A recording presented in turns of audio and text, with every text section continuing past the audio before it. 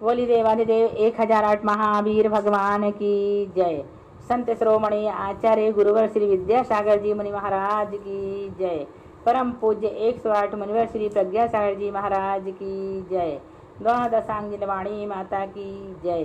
अहिंसामय विश्व धर्म की जय। देखें, द्रव्यान योग प्रवेशिका में 45 नंबर का प्रश्न है। यदि कर्म कर्म का करता है और आत्मा अपने भावों का करता है तो आत्मा उस कर्म के फल को कैसे भोगता है और कर्म अपना फल कैसे देता है? बहुत अच्छा प्रश्न है। अब उसका उत्तर सुनो।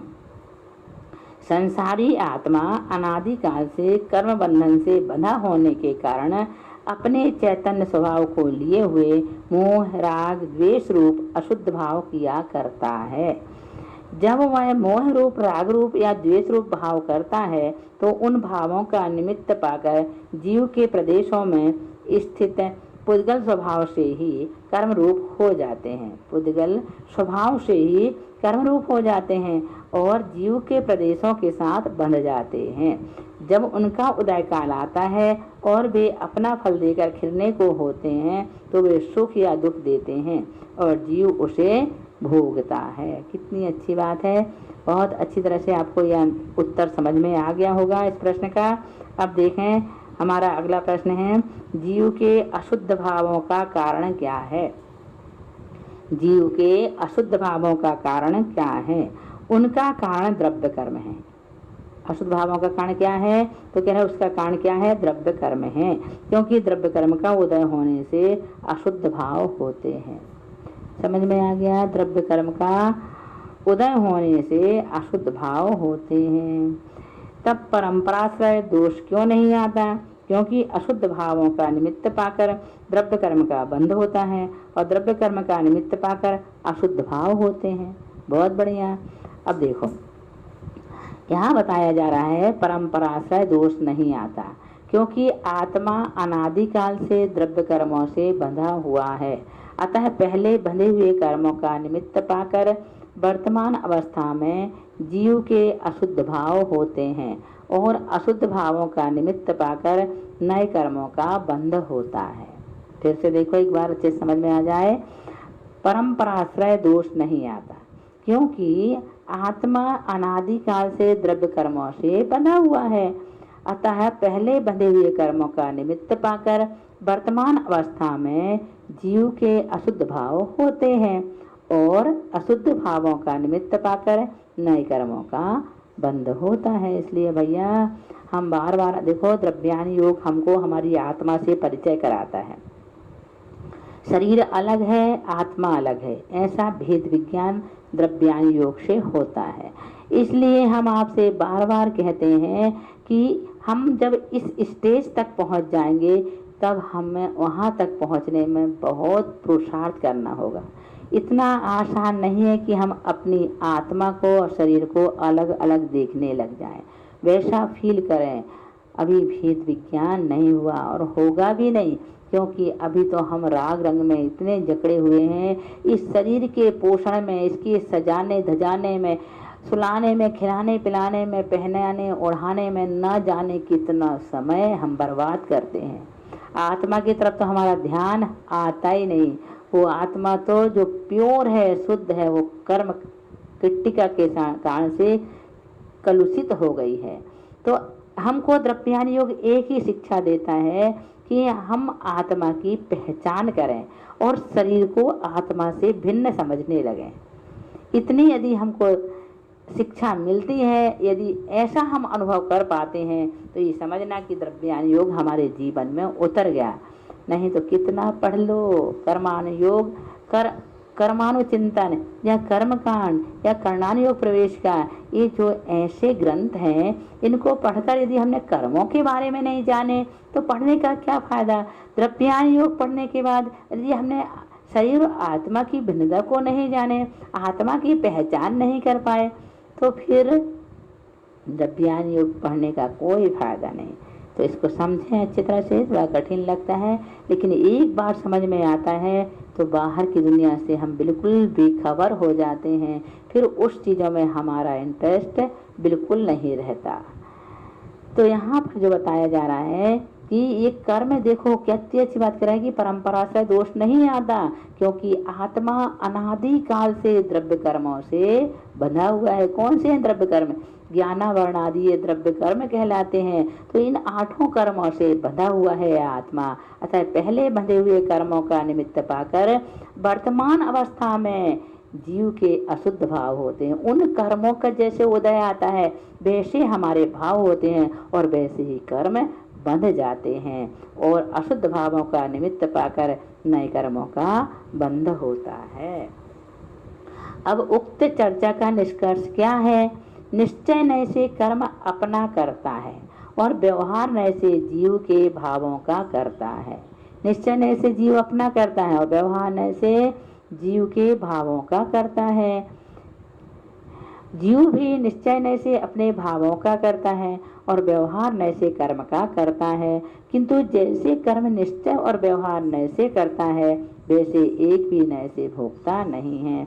भोगता तो केवल एक जीव द्रव्य ही है, क्योंकि भोगने का अर्थ होता है अनुभवन करना, अतः यह चेतन आत्मा में ही हो सकता है। चेतन आत्मा का परिणाम क्या चेतन रूप ही होता है?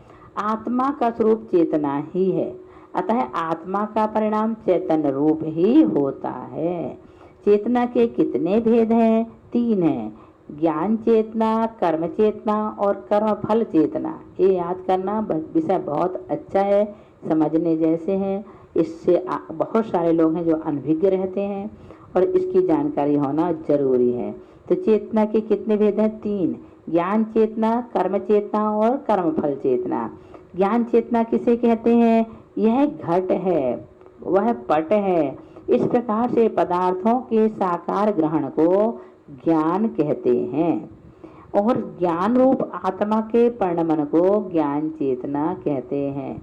ज्ञान रूप आत्मा के परिणमन को क्या कहते हैं? ज्ञान चेतना कहते हैं।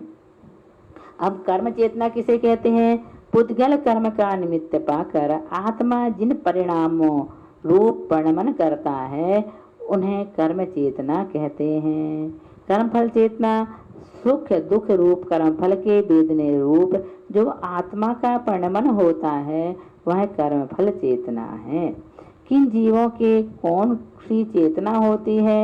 स्थावर जीवों के कर्म फल चेतना होती है, क्योंकि ये जीव कर्मों का प्रबल उदय होने से आत्मिक शक्ति से हीन होते हैं, अतः इष्ट अनिष्ट कार्यों को करने में असमर्थ होने के कारण मुख्यता से कर्म फल को भोगते हैं। किसको? स्थावर जीवों को, है ना। त्रस्त जीवों के कर्म चेतना होती है, क्योंकि ये जीव भी कर्मों का प्रबल उदय होने से चैतन्य शक्ति से हीन होते हैं, तथापि उनके वीरंतराय कर्म का कुछ अधिक क्षयोपम होता है। इसलिए सुख दुख रूप कर्म फल के भोगने, कर्म फल को भोगते हुए भी इष्ट अनिष्ट विकल्प रूप कर्म को करने में समर्थ होते हैं।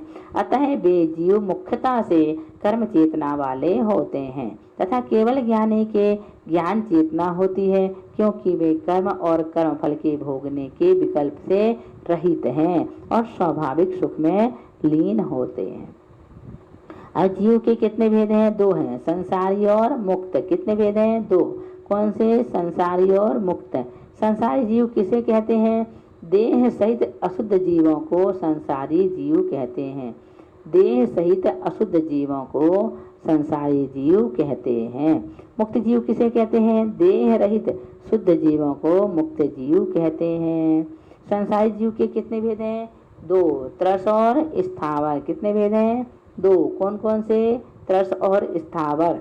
स्थावर किसे कहते हैं? जिन जीवों के केवल एक स्पर्शन इंद्रिय होती है और जो कर्मफल चेतना वाले होते हैं उन्हें स्थावर कहते हैं। साधारण स्थावर के कितने भेद हैं? 5 हैं। पृथ्वी कायिक, जल कायिक, अग्नि कायिक, वायु कायिक और वनस्पति कायिक। त्रस जीव किसे कहते हैं? तो इंद्रिय, तेंद्रिय, चतुंद्रिय, पंचेंद्रिय जीवों को त्रस कहते हैं।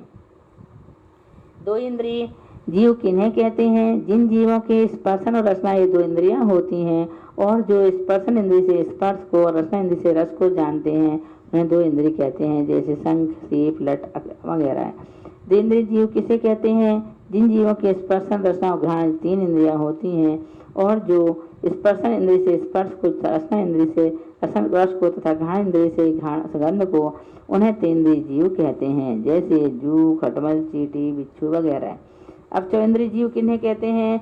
जिन जीवों के स्पर्शन, रसना, घ्राण और चक्षु ये 4 इंद्रियां होती हैं, अगर जो स्पर्शन इंद्रिय से स्पर्श को, रसना इंद्रिय से घ्राण, रसना इंद्रिय से रस को, घ्राण से गंध को तथा चक्षु इंद्रिय से रूप को जानते हैं, उन्हें चौइंद्रिय जीव कहते हैं, जैसे डांस, मच्छर, मक्खी, भौरा आदि। अब पंचेंद्रिय जीव किन्हें कहते हैं? जिन जीवों के स्पर्शन, रसना, घ्राण, चक्षु और श्रोत ये 5 इंद्रियां होती हैं और जो स्पर्शन से स्पर्श को, रसना से रस को, घ्राण से गंध को, चक्षु से रूप को तथा श्रोत इंद्रिय से शब्द को जान सकते हैं, उन्हें श्रोत इंद्रिय कहते हैं या पंचेंद्रिय कहते हैं। उन्हें क्या कहते हैं? पंचेंद्रिय कहते हैं, श्रोत नहीं पंचेंद्रिय कहते हैं। आगे समझ में? इस प्रकार से यहाँ पर हमने आपको 65 प्रश्न तक पढ़ा दिए। इसके बाद हम आपको 66 प्रश्न से पढ़ाएंगे। बोलिए महावीर भगवान की जय, अनंतानंद परमेष्ठी भगवान की जय।